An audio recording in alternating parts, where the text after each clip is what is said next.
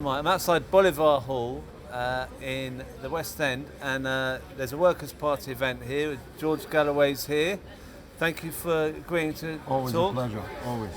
Now, look, there's a lot of things going on at the moment, often a lot of them behind closed doors, with parties of the left trying to fill the vacuum that has been left by Starmer, who's clearly a Thatcherite at worst, or at best, can't remember which one it'd be. I put a tweet out the other day about the Greens possibly being a replacement for the left, and you said there's nothing left about the Greens. What do you mean by that?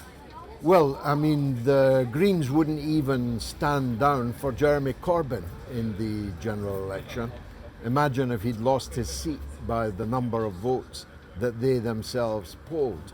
So that doesn't indicate any, if you like, universality in their approach to things. They are extremely sectarian. They are extremely committed to themselves alone, to their own party alone. But when you start to look at their policies, you understand that you wouldn't want to have anything to do with them anyway. This is a party which, whenever they've been in government, the best or worst example of which is Germany, where they transformed the German government into the most warlike government on the planet.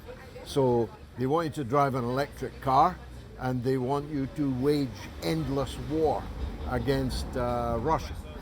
The German government became the most fanatical pro-Netanyahu government on the planet.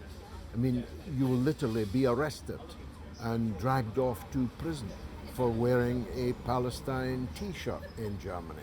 And all of that was because of Anna Baerbock, the former foreign minister of Germany, the Green Party leader.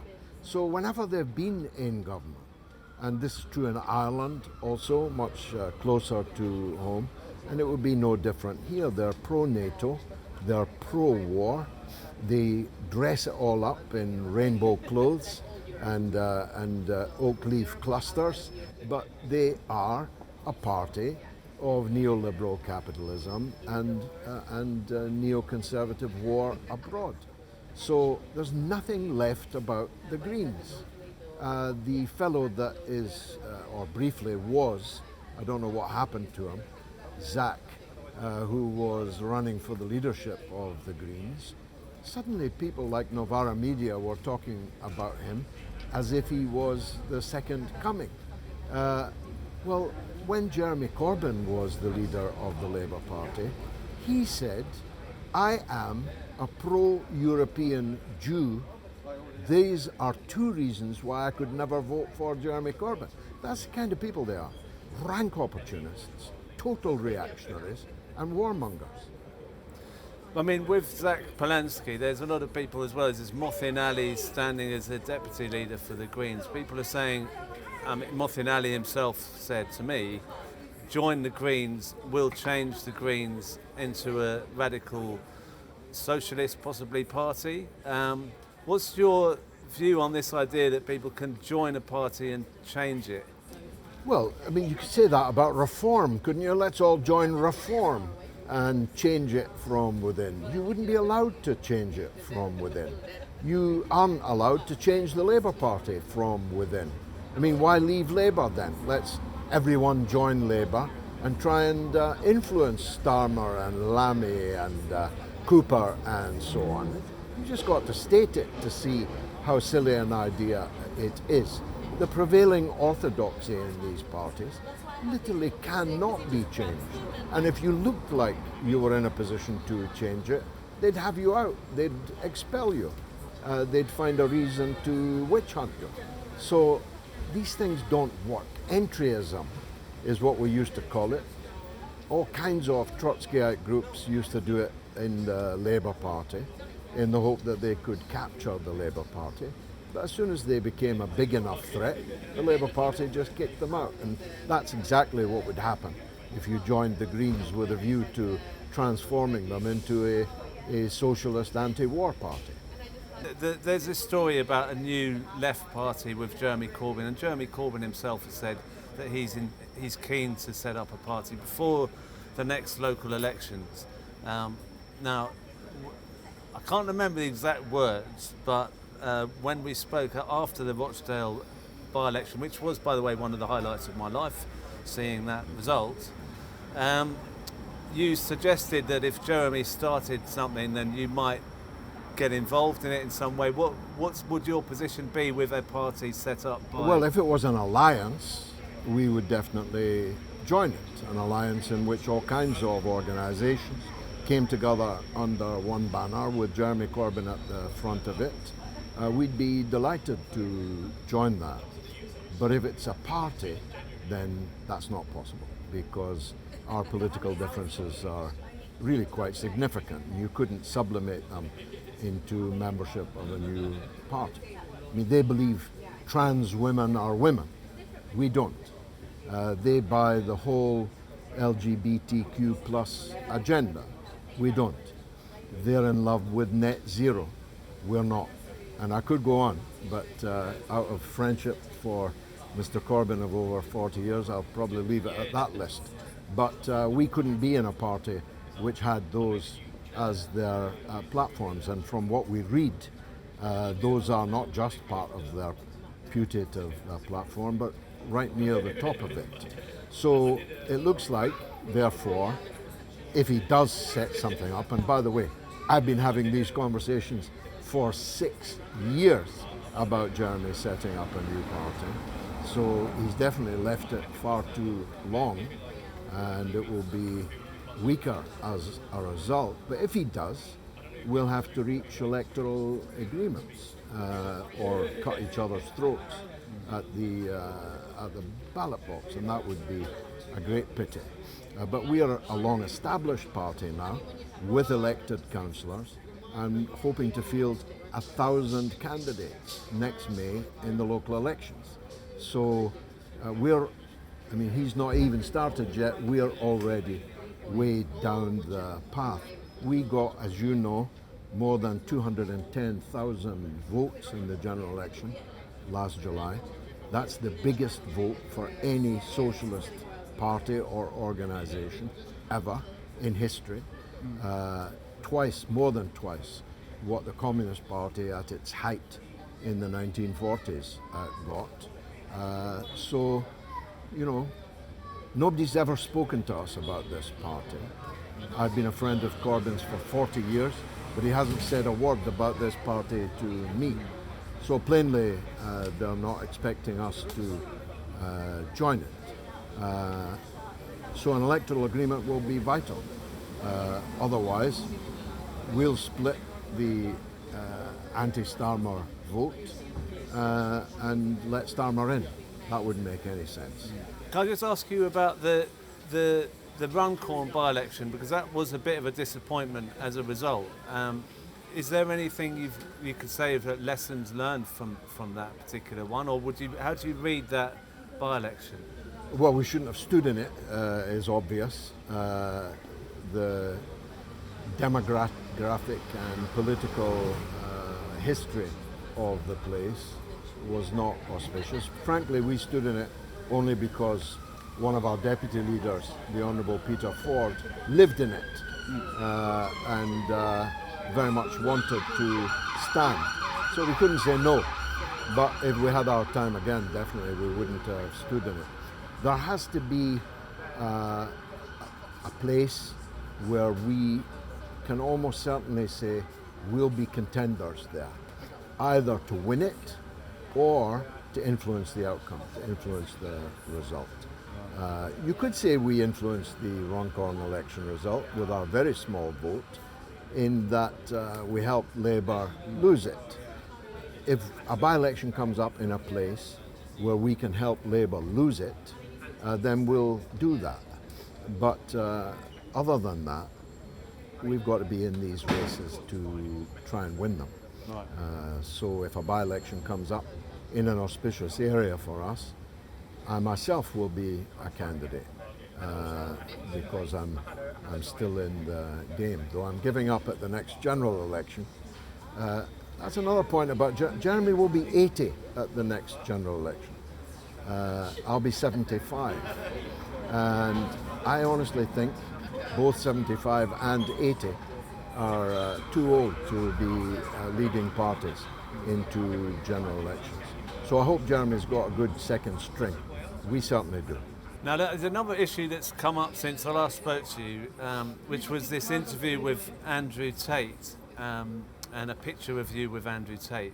Do you think that was a mistake to have interviewed him or to have a picture of him? Because some people are really attacking the idea that you associated with him at all. I've got an interview doing the rounds at the moment with Laura Loomer, the complete maniac Trumpist in the United States.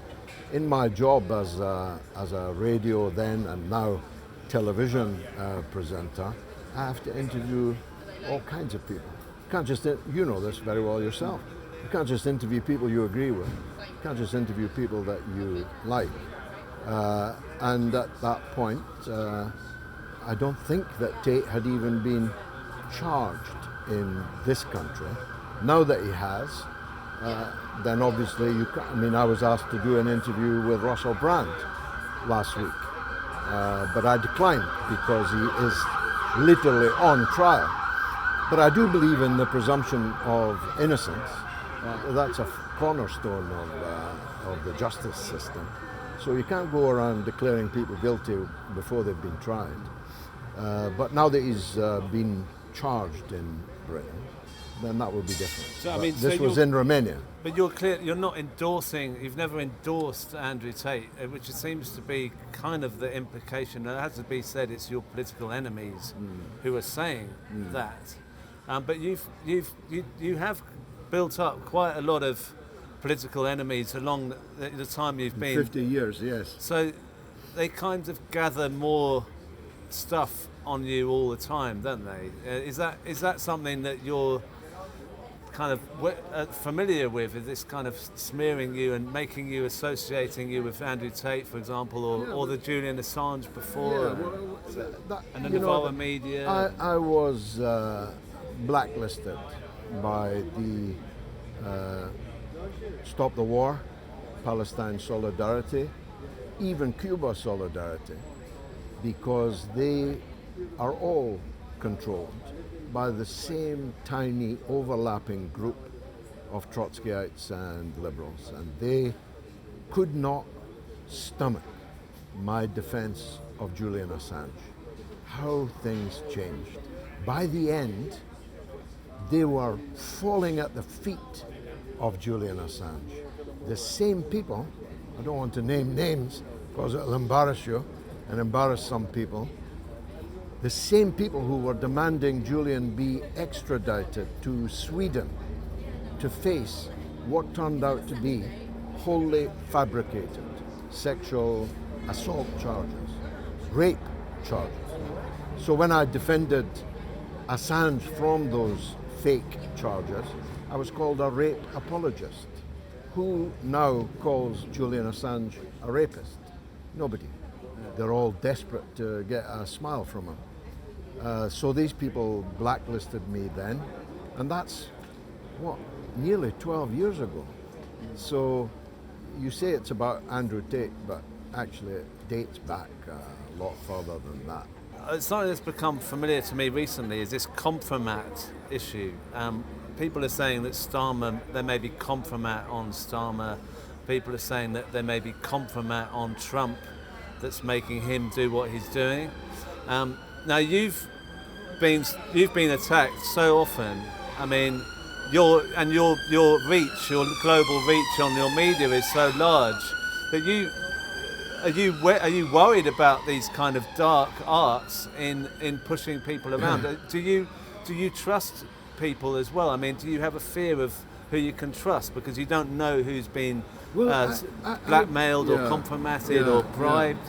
I have, in 50 years in politics, been attacked from every side for all of that 50 years. So there's nothing really left to say about me. I have never, ever in my whole life accepted any threat of blackmail. If you were to threaten me with blackmail now, I'd go and give a press conference and expose what it was you were going to expose. I don't actually do things in my life of which I'm ashamed. I might do things of which I'm embarrassed. You know, taking a shit is embarrassing, but it's not something you could be ashamed of. So you wouldn't want to see it on the front of the Daily Mail. I wouldn't want to see it. Nobody would want to see it. But do you see my point? There's a difference between embarrassment and shame. I don't do things of which I'd be ashamed. So you couldn't blackmail me. And if you tried, as I say, I would immediately expose it. But cash and Kompromat are two of the main reasons why our political class is captured. We have suffered state capture by Israel in this country and in the United States, and I presume in other European countries too.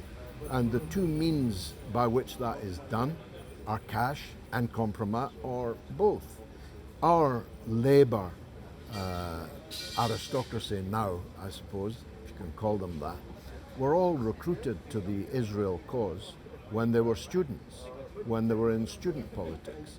They were all taken on grace and favour, 5-star luxury trips to Israel, and I've no idea what they did there, but whatever they did there was definitely videoed. And if they were given cash, that was definitely videoed too. So cash and Kompromat are, I think, the two main reasons why our entire political class is almost 100% pro-Israel, while our populations have never been more strongly against Israel. So that doesn't make any sense in democratic politics. That makes no sense at all. There has to be a reason. I'm giving you two, cash and Kompromat. Thank you for your time. Always a pleasure. And, you're one of the few men I'd pause to speak to a camera with. Well, thank you for that. I've just spoken to George Galloway, and I think it's very interesting what he said about bribery and Kompromat, because a lot of politicians haven't had to face that kind of experience, and he's gone through that, and we can't really know who's safe. And in a way, it's good to know that he speaks what he thinks is the truth, what he believes in, and that he's not compromised. Some of the other people out there, what do we know about them? Have they been? I mean, I'm not going to name any names, but some of the people being bandied around as possible leaders of the left, how do we know they're not doing a Starmer and somehow influenced by something they've done in the past or some kind of Kompromat? I mean, it's a difficult situation, but we kind of know where we stand with him. Maybe you don't like what he says, but he's who he says he is. He's not. There's no Kompromat that's blocking him. There's no bribery that's blocking him. If all politicians were as upfront as him, it would be far better for us all. Whether you like what he says or not, I think that's one thing we should be aiming for, is that we are as honest as we can be, and not be ashamed. And, you know, as he said, he doesn't like the idea of someone filming him taking a poo, but who would? I mean, I don't know what that poo thing was, but it's quite funny, I thought.